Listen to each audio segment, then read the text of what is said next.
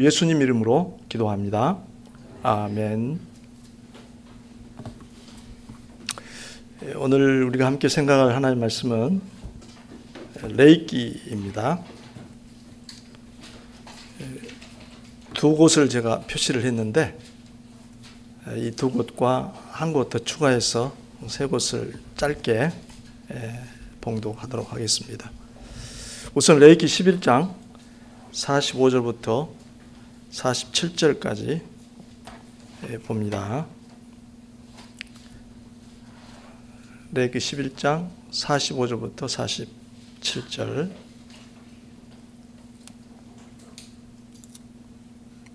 제가 봉독하겠습니다. 나는 너희의 하나님이 되려고 너희를 애굽 땅에서 인도하여 낸 여호와라. 내가 거룩하니 너희도 거룩할지어다. 이는 짐승과 새와 물에서 움직이는 모든 생물과 땅에 기는 모든 길짐승에 대한 규례니 부정하고 정한 것과 먹을 생물과 먹지 못할 생물을 분별한 것이니라. 11장 결론 부분이기도 하고 이 문단 이 부분의 핵심 구절이 되겠습니다. 쭉 넘어가서 12, 13장 띄고 14장 54절부터 57절 보도록 하겠습니다. 14장 54절부터 57절입니다. 이는 각종 나병 환부에 대한 규례니 곧 옴과 의복과 과옥의 나병과 돋는 것과 뾰루지와 색점이 어느 때는 부정하고 어느 때는 정함을 가르치는 것이니 나병의 규례가 이러하니라. 이 부분은 12장부터 13장, 14장까지의 석 장에 걸친 규례를 요약해서 서술한 부분입니다. 거기에 이제 특별히 우리 눈에 띄는 부분이 나병이라는 말이 나오는데 이 나병이라는 말이 아주 포괄적으로 사용됐습니다. 여러분이 지금 사용하고 계시는 매일성경 교재에서도 그 부분을 언급을 했는데 이건 요즘 말하는 한센시병 또는 문둥병을 가리키는 말이 아니고 그걸 포함해서 사람의 피부에 발생했을 때는 그것도 해당될 수 있겠죠. 그런데 55절 보면 의복과 가옥의 나병과 의복이나 가옥에 생긴 곰팡이, 악성 곰팡이를 여기 나병이란 말로 표현을 했습니다. 57절에도 나병의 규례가 이러하니라. 아주 포괄적으로 악성 피부병 또는 악성 곰팡이 이런 것을 다 포함해서 나병이란 말로 번역을 했습니다. 한 군데 더 보도록 하겠습니다. 15장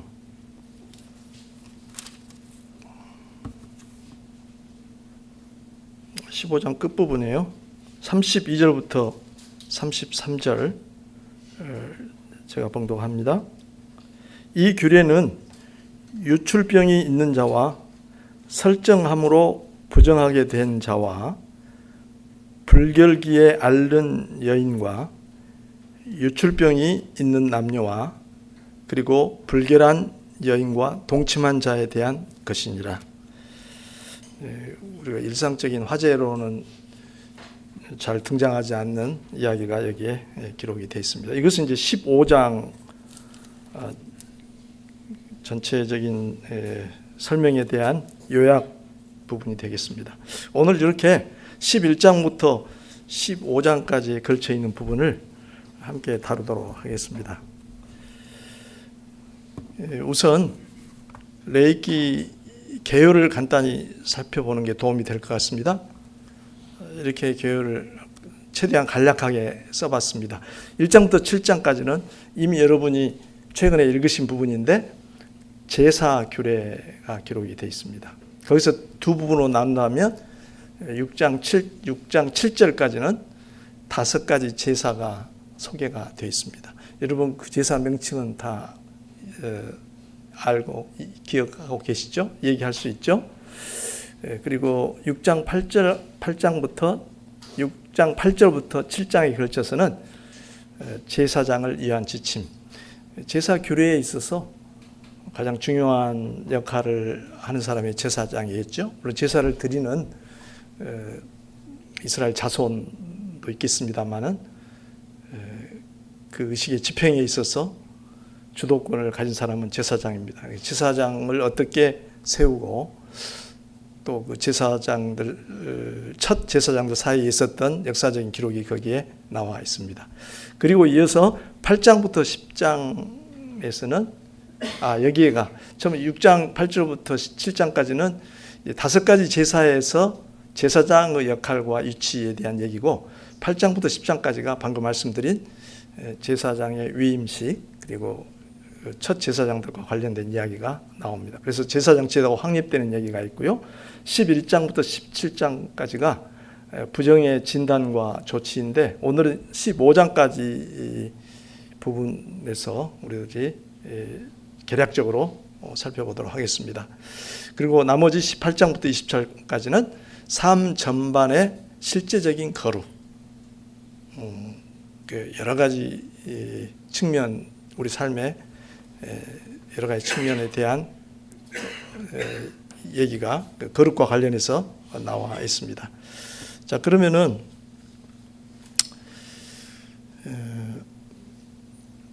그 제사장의 임무, 다시 그 제사장 제도 확립 8장부터 10장까지로 돌아갔어요. 제사장의 임무 중 하나는 물론 제사를 집행하는 일이 가장 주요 임무가 됐지만 정한 것과 부정한 것을 가려내는 일이었습니다. 이제 11장부터 그 뒤에 쭉 나오는 정함과 부정함을 분별하고 판별하고 그 문제에 대한 조치를 취하고 하는 그 임무가 굉장히 중요한 부분이었습니다. 이 두 가지를 가려내는 것, 부정한 것을 가려내는 그 일이야말로 이스라엘 자손에게 굉장히 중요한 일이었습니다. 하나님과의 관계에서. 그래서 이제 11장부터 17장에서는 그 지침이 될 만한 부정한 것과 정한 것에 관해서 길게 설명을 하고 있습니다. 이것을 무슨 법이라고 하죠? 정결법이라고 명명을 하고 있죠. 이 내용은 아마 성경에서 가장 이해하기 어렵다고 할까요?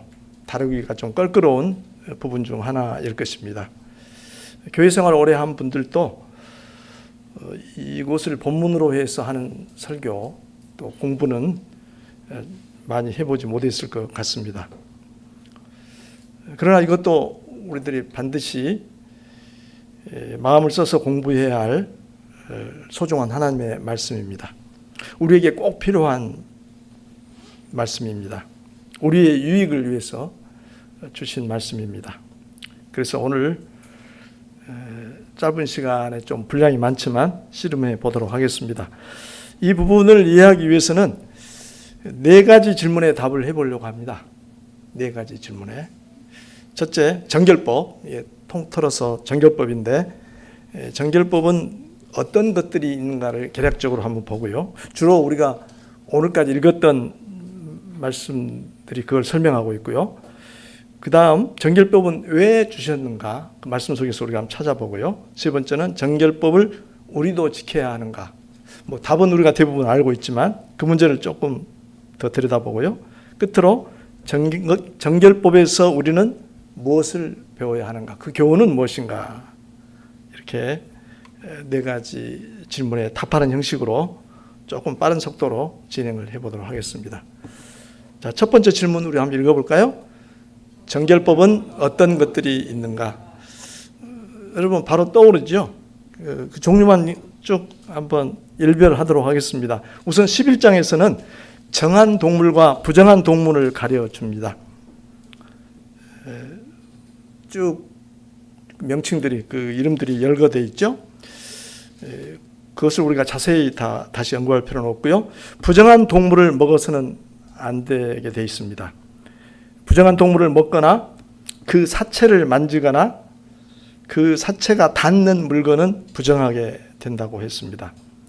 부정한 사람이나 물건은 전역이 되어야 부정한 것이 사라집니다. 그것이 11장 전체의 내용입니다. 12장에서는 출산으로 인한 부정에 관해서 설명합니다. 출산으로 인한 부정. 출산 후에는 일정 기간 동안 부정하다고 했습니다. 그 기간에 거룩한 물건을 만지거나 성소에 드나들면 안 됩니다. 그 기간이 지나 몸이 깨끗해지면 성막에 제물을 가지고 가서 속죄의 제사를 드리도록 했습니다. 13장에서는 피부병으로 인한 부정에 대해서 설명합니다. 지금 정결법에 어떤 것들이 있는가 쭉 개괄하고 있습니다. 피부에 이상 증상이 생기면 제사장에게 가서 악성 피부병인지 살펴보아야 합니다. 그 규례는 예수님 당시에도 지켜지고 있었죠. 예수님께서 피부병 환자들, 특별히 나병 환자 치료하신 다음에 제사장에 가서 확인을 받으라 이 말씀이 있었죠. 병자는 옷을 찢고 머리를 풀고 진 밖에서 홀로 따로 살아야 합니다. 병이 나은 사람은 제사장에게 가서 살펴보게 하고 그를 정하게 하는 제사와 또 다른 의식들을 행해야 합니다. 그런 후에야 정결케 되었습니다.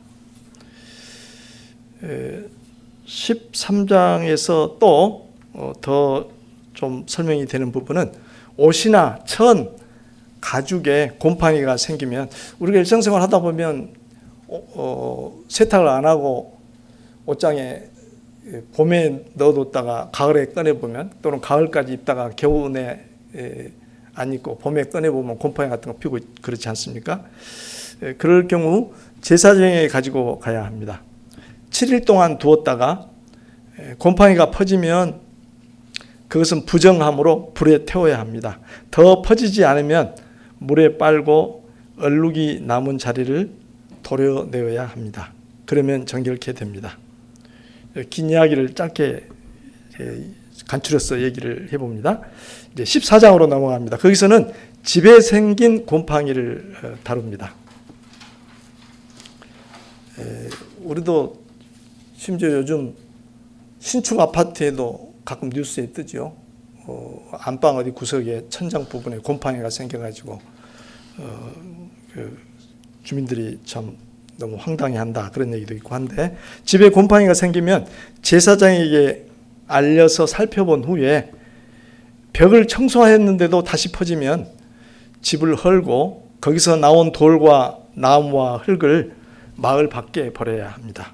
이렇게 규정이 되어 있습니다. 그 집에 들어간 사람은 옷을 빨아 입어야 합니다. 그 집에 더 곰팡이가 퍼지지 않았으면 제사장은 정결케 하는 의식을 행해야 합니다. 이제 끝으로 15장에서는 사람의 몸에 생긴 부정을 다룹니다.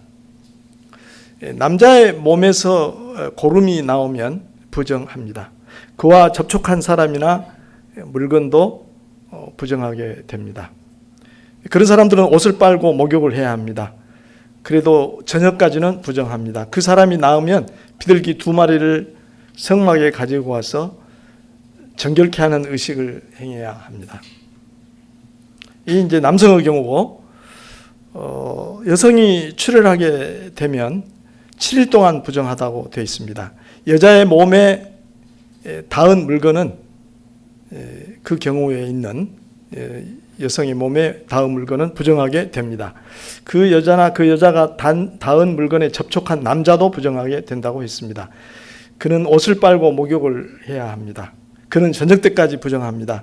피가 멈추면 7일을 기다렸다가 비둘기 2마리를 제사장에게 가지고 와서 정결케 하는 의식을 행하여야 합니다. 11장부터 15장까지 긴 내용을 이렇게 한번 일부러 쭉 정리를 해봤습니다. 이 정결법 설명 끝에 다음과 같은 경고가 붙어 있습니다. 그 경고를 제가 여기다 실은 것 같은데요. 우리 한번 읽어볼까요? 15장 31절 시작. 너희는 이와 같이 이스라엘 자손이 그들의 부정에서 떠나게 하여 그들 가운데 있는 내 성막을 그들이 더럽히고 그들이 부정한 중에서 죽지 않도록 할지니라. 이런 경고의 말이 붙어 있습니다. 이상은 길고 복잡한 정결법을 아주 간략하게 줄여본 것입니다. 그럼 하나님께서는 왜 이렇게 복잡하고 이해하기 어려운 정결법을 이스라엘 백성에게 주셨을까? 두 번째 질문입니다. 읽어볼까요? 정결법은 왜 주셨는가? 하나님께서는 정결법을 주신 목적을 명확하게 밝히셨습니다.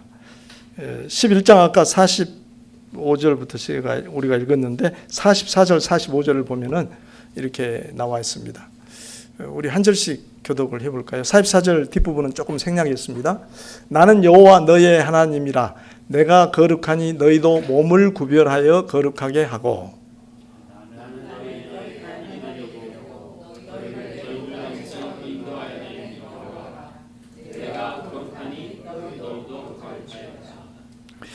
하나님께서 이스라엘을 이집트 땅에서 데리고 나오셨습니다.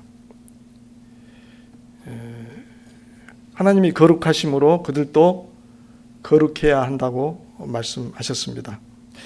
그러므로 정결법을 지켜서 거룩해지라는 말씀입니다. 거룩한 백성이 되게 하시려고 이 정결법을 허락하셨습니다. 근데 이게 몸을 구별하여라는 말을 우리가 주목해 볼 필요가 있습니다. 앞에서 언급된 정결법 교리들은 마음의 문제가 아니고 몸에 관한 얘기였습니다. 우리 신체적인 부분에 대한 얘기였죠. 그런데 여기서 의문이 생깁니다. 이러한 정결법을 지키면 왜 거룩해진다는 말인가? 달리 말하면 정함과 부정함을 구별하는 근거는 무엇인가? 먹을 동물과 먹지 못할 동물을 가렸는데 무슨 기준으로 그렇게 서로 분류하는가? 그런 문제죠. 잠깐 생각해 보도록 하겠습니다. 먼저 정한 동물과 부정한 동물을 무엇을 기준으로 구분했는가 좀 살펴보도록 할까요? 여러분 한번 읽은 거 떠올려 보시기 바랍니다. 우선 흔히 생각하듯이 위생이나 건강과는 크게 관련이 없습니다. 어떤 부분은 뭐 그럴 수도 있다. 또 이걸 설명을 붙여보려는 시도도 많습니다. 이 본문이 하도 난해하기 때문에 학자들도 다양한 시도를 해서 결국은 건강과 관련이 있지 않겠느냐 그런 부분이 있는데 어떤 경우는 설명이 되지만 어떤 경우는 설명이 안 됩니다. 예컨대 돼지나 장어를 부정하다고 한 걸 보면 알 수가 없습니다.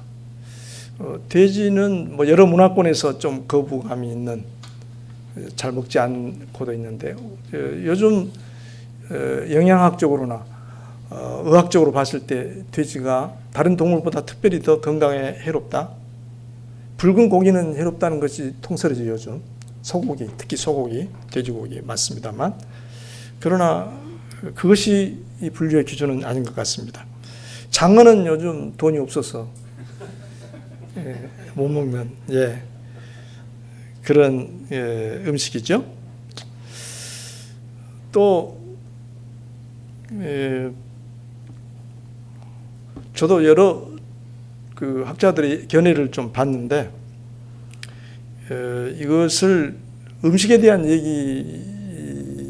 얘기가 아니라 무슨 상징적인 얘기다 했어요. 영예라고 할까요? 그렇게 자꾸 설명하려는 시도를 많습니다. 그래서 동물들의 특징과 우리 신자들의 영적인 특성과 관련지어서 이를테면 색임질을 하는 동물은 먹어도 된다 했으니까 색임질은 우리가 말씀을 묵상하는 것이다. 뭐 이런 식으로 이렇게 연결을 해가지고 굉장히 은혜로운 것 같지만 그러면 동물 먹고 말고 하는 문제는 어디로 날아가 버리고 없죠. 본문 자체 원래의 원래의 독자들, 원래 이스라엘 자손에게 준 의도는 사라져 버리죠. 그 이후에 거기서 교훈을 이끌어내는 건 좋은데 우선 그것부터 규명이 돼야 할 것 같습니다. 하여튼 그런 여러 가지 고민들을 했는데, 그러나 잘 살펴보면 뭔가 기준이 보입니다. 그것은 온전함과 정상적인 상태, 정상적인 모습이라는 기준입니다. 즉 있어야 할 것을 다 갖추었느냐 하는 것입니다. 짐승은 굽이 갈라지고 새김질하는 것이 온전한 모습입니다. 다 갖춘 모습이죠. 물고기는 지느러미와 비늘이 있어야 합니다. 곤충은 뛰고 날 수 있어야 다 갖춘 것입니다. 하지만 새는 이 기준을 가지고 오더라도 잘 안 맞습니다. 이 설명이 약간의 도움은 되지만 완벽한 것은 아닙니다. 그러면 어떻게 하지? 길을 잃어버렸습니다. 이제 뭐 정답이 될 만한 해답을 못 찾으니까 가장 확실한 설명은 하나님께서 그렇게 정해 주셨다는 것입니다. 왜 이 동물은 먹어야 되고 이 동물은 먹어서는 안 되느냐? 하나님께서 그렇게 말씀하셨기 때문이다. 이것이 가장 확실한 기준입니다. 그리고 하나님께서 그렇게 말씀하실 때는 우리에게 다 설명하지 않으셨지만 하나님과 우리의 관계를 위해서 우리를 사랑하셔서 그렇게 하신다 하고 우리는 받아들여야 되겠습니다. 하나님께는 분명한 목적이 있었습니다. 그렇게 하심으로써 이스라엘이 다른 민족과 구별되는 거룩한 백성임을 기억하라는 것입니다. 다른 민족들과는 다르게 살아야 한다는 것입니다. 이제 먹는 건 그 정도로 생각하고요. 나머지 정결법들을 봅시다. 출산하면 왜 부정하다고 했는지 고개가 갸우뚱해집니다. 물론 출산 자체는 거룩한 것입니다. 생명이 태어났으니 얼마나 귀한 일입니까? 문제는 그때 흘러나온 피와 유출물 때문입니다. 그것은 통상적인 상태가 아니죠. 그 밖에 악성 피부병, 악성 곰팡이 등을 부정한 것으로 규정한 것은 이유를 알 것 같습니다. 그것들이 있으면 건강하거나 깨끗하지 못한 상태입니다. 그렇다고 해서 도덕적인 잘못이나 죄가 된다는 말은 아닙니다. 중요한 것은 이런 증상들은 생명보다는 죽음과 가깝다는 것입니다. 악성 피부병, 악성 곰팡이. 하나님의 생명이 충만하게 나타나지 못한 상태입니다. 그러므로 이것들은 부정한 상태이고 여기서 벗어나야 합니다. 이상과 같이 하나님께서 왜 이스라엘에게 정결법을 주셨는가? 그들이 거룩해야 하기 때문입니다. 그들을 부르신 하나님이 거룩하시니까 말입니다. 그들은 일상생활 속에서 이 정결법들을 지키면서 자신들이 거룩한 하나님의 백성이라는 것을 늘 기억해야 했습니다. 매일매일 거룩하게 살기로 다짐해야만 했던 것입니다. 이제 우리 세 번째 질문으로 넘어가도록 하십시다.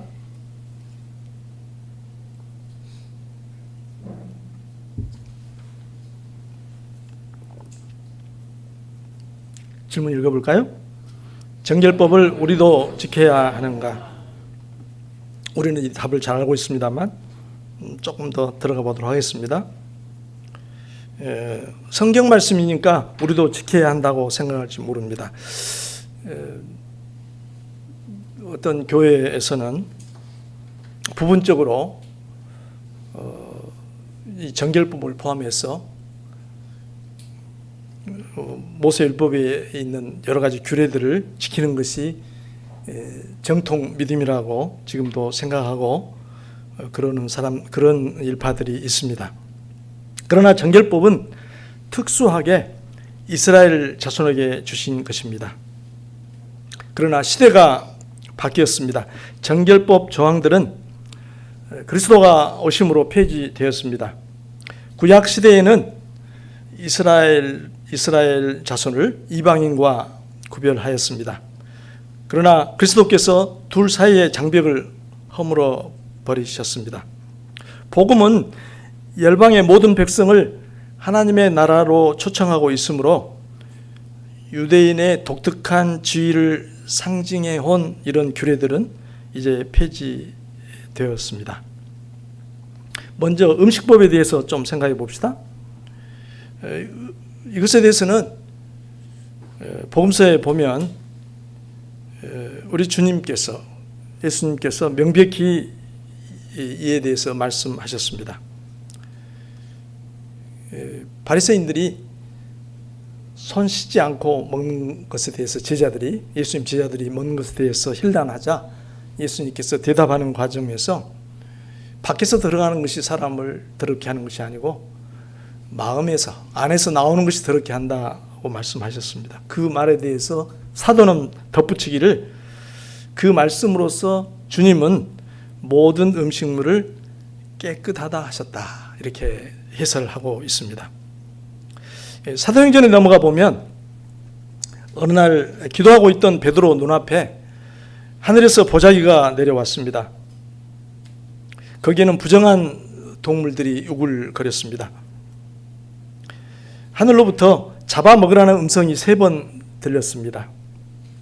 이것은 이방인들을 받아들이라는 주님의 지시였습니다. 많은 이방인이 믿게 되자 어떤 유대인 신자들이 그들도 율법의 규례들을 지켜야 한다고 주장했습니다. 그래서 예루살렘에서 회의가 열렸는데 그 회의에서 그럴 필요가 결코 없다고 결정을 내렸습니다. 또 다른 정결법들을 좀 생각해 봅시다. 피부병을 생각해 보죠. 정결법에서는 악성 피부병이 생긴 사람이나 그가 닿는 것은 무엇이나 부정하게 된다고 했습니다. 악성 피부병 있는 사람 가까이 가면 안 되겠죠? 그러나 예수님은 한센병 환자를 직접 치료해 주셨습니다. 그것도 손으로 만져서 치료해 주셨습니다. 부정하다고 피하지 않으셨고 오히려 소외된 그들에게 가까이 다가가셔서 치료해 주셨습니다. 몸의 출혈도 마찬가지입니다. 12년 동안 혈루증을 앓던 여인이 예수님을 따르던 무리 가운데서 예수님의 옷자락을 만져서 병이 나았습니다. 예수님은 부정 탔다고 나무라시기는커녕 따라 내 믿음이 너를 구원하였다, 안심하고 가거라, 그리고 이 병에서 벗어나서 건강하여라 하고 말씀하셨습니다. 또 예수님은 죽은 아이를 손대어 살리셨습니다. 이처럼 예수님이 피부병이나 분비물로 고통당하는 사람들과 죽은 자들을 만지심으로써 정결법 규례들을 무시하신 것은 그분이 생명과 자유를 주시는 그런 분이시기 때문입니다. 이상과 같이 예수님이 오심으로써 새 시대가 열렸습니다. 이스라엘과 이방인을 구분하기 위한 정결법들이 이제는 필요 없게 되었습니다. 그리고 모든 음식은 깨끗합니다. 사람의 외적인 조건이 사람을 불결하게 하는 것이 아닙니다. 신약의 성도들은 정결법들을 지킬 필요가 없게 되었습니다. 그렇다면 레위기의 정결법들은 그리스도인인 우리에게 아무 쓸모가 없다는 말일까요? 아닙니다. 여전히 권위 있는 하나님의 말씀입니다. 우리는 정결법에서 소중한 하나님의 뜻을 배워야 하겠습니다. 네 번째 질문으로 넘어가겠습니다. 읽어볼까요? 정결법에서 무엇을 배워야 하는가?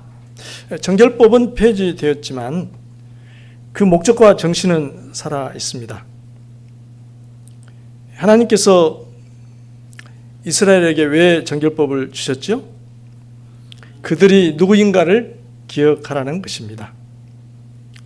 그들은 거룩한 하나님의 백성입니다. 그러므로 거룩하게 살아가야 합니다.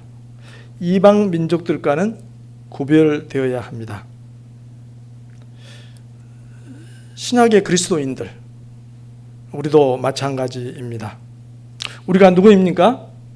하나님께서 예수 그리스도 안에서 우리를 거룩한 백성으로 부르셨습니다. 하나님께서는 우리가 거룩하게 살기를 원하십니다.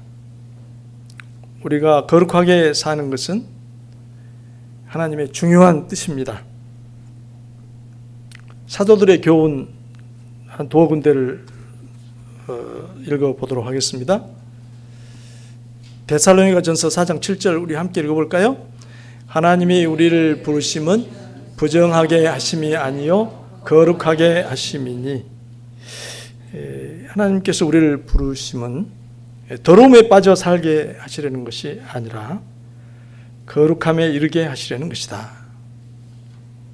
데살로니가 교회에 보낸 편지에서 바울이 이런 얘기를 했습니다. 자, 히브리서 기자는 12장 14절에서 이렇게 말씀했습니다. 읽어봅시다. 모든 사랑과 더불어 화평함과 거룩함을 따르라. 이것이 없이는 아무도 주를 보지 못하리라. 거룩함을 따르라. 거룩하게 살기를 힘쓰라. 그런 말이죠. 이것이 없이는, 거룩해지지 않고서는 아무도 주를 보지 못하리라. 우리를 향한 너무나 중요한 뜻입니다. 그러면 우리는 어떻게 할 것인가? 먼저 우리를 더럽히는 것들을 피해야 할 것입니다. 그것은 밖에서 들어오는 것이 아니라 마음에서 나옵니다. 주님께서 이렇게 말씀하셨습니다. 그 구절도 여기다 실었습니다. 한번 우리 교독해 볼까요? 우리 전체를 같이 읽읍시다. 18절부터 입에서 나오는 것들은 마음에서 나오나니 이것이야말로 사람을 더럽게 하느니라. 마음에서 나오는 것은 악한 생각과 살인과 간음과 음란과 도둑질과 거짓 증언과 비방이니 이런 것들이 사람을 더럽게 하는 것이요 씻지 않은 손으로 먹는 것은 사람을 더럽게 하지 못하느니라. 마음에서 나오는 것 목록이 7가지인가요? 악한 생각, 살인, 간음, 음란, 도둑질, 거짓 증언, 비방, 이런 것들을 언급했는데 이것이 전부다 이렇게 말씀은 한 건 아니지만 우리 부패한 본성에서 우리가 언제든지 우리 안에서 흘러나와서 우리를 더럽힐 수 있는 그런 것들 언급을 하셨습니다. 레이교에서는 몸의 거룩함을 다뤘다면 여기서는 마음의 거룩함, 마음의 원천을 다루고 있는 걸 볼 수가 있습니다. 우리는 마음에서 나오는 악한 생각들을 물리쳐야 합니다. 그뿐 아니라 우리는 좀 더 적극적으로 우리를 거룩하게 하는 것들을 열심히 추구해야 할 것입니다. 바울 선생님은 빌립보서에서 이런 말씀을 했습니다. 한번 읽어봅시다. 읽어볼까요? 끝으로 형제들아 무엇에든지 참되며 무엇에든지 경건하며 무엇에든지 옳으며 무엇에든지 정결하며 무엇에든지 사랑받을 만하며 무엇에든지 칭찬받을 만하며 무슨 덕이 있든지 무슨 기름이 있든지 이것들을 생각하라. 마음이 중요합니다. 그리스도인 중에는 거룩한 삶을 열망하여 나름의 지침을 세우고 실천하기도 합니다. 아름다운 태도입니다. 그러나 중요한 건 마음입니다. 어디에 있든 무슨 일을 하든 우리 마음이 늘 성신의 다스림을 받아야 합니다. 성신께서 우리 마음을 주장하시도록 해야 합니다. 이것을 성신 충만이라고 합니다. 그러기 위해서 우리는 말씀을 보고 기도를 합니다. 그리고 성도들과 교제를 나눕니다.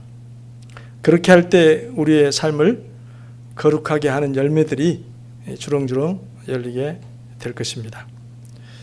말씀을 정리해 보겠습니다. 오늘은 구약성경 레위기의 정결법을 생각해 보았습니다. 정결법은 하나님께서 이스라엘 자손이 거룩하게 살도록 하시기 위해서 주셨습니다.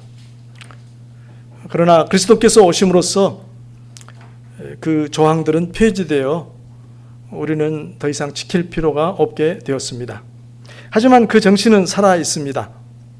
신약의 성도인 우리도 거룩하신 하나님의 자녀로서 거룩하게 살아야 합니다. 말씀과 기도와 교제 속에서 우리 마음이 성신의 다스림을 받을 때 우리는 거룩하게 살아갈 수가 있습니다. 우리가 거룩하게 사는 것이 하나님의 뜻입니다. 교회에 다니면서도 거룩한 삶에 관심이 없는 사람은 참된 신자라고 할 수가 없습니다. 그렇게 살아오지 못했다면 회개해야 할 것입니다. 이제 고린도후서 7장 1절 말씀을 결론으로 해서 말씀을 마치도록 하겠습니다. 7장 1절도 싫었습니다. 읽어봅시다. 그런즉 사랑하는 자들아, 이 약속을 가진 우리는 하나님을 두려워하는 가운데 거룩함을 온전히 이루어 육과 영의 온갖 더러운 것에서 자신을 깨끗하게 하자. 기도하십시다. 거룩하시고 자비로우신 우리 하나님, 주님의 귀한 말씀에 감사드립니다. 오늘은 이스라엘 자손에게 정결법을 주신 주님의 거룩한 뜻을 배웠습니다. 주님께서는 무한하신 사랑으로 저희를 구원하셔서 주님의 자녀와 백성이 되게 하셨습니다. 주님께서 거룩하심으로 저희도 거룩해야 함을 다시 마음에 새깁니다. 저희가 육과 영의 모든 더러움에서 떠나서 저희 자신을 깨끗하게 하며 하나님을 두려워하는 가운데 거룩함을 온전히 이루게 하여 주십시오. 예수 그리스도의 거룩하신 이름으로 기도합니다. 아멘.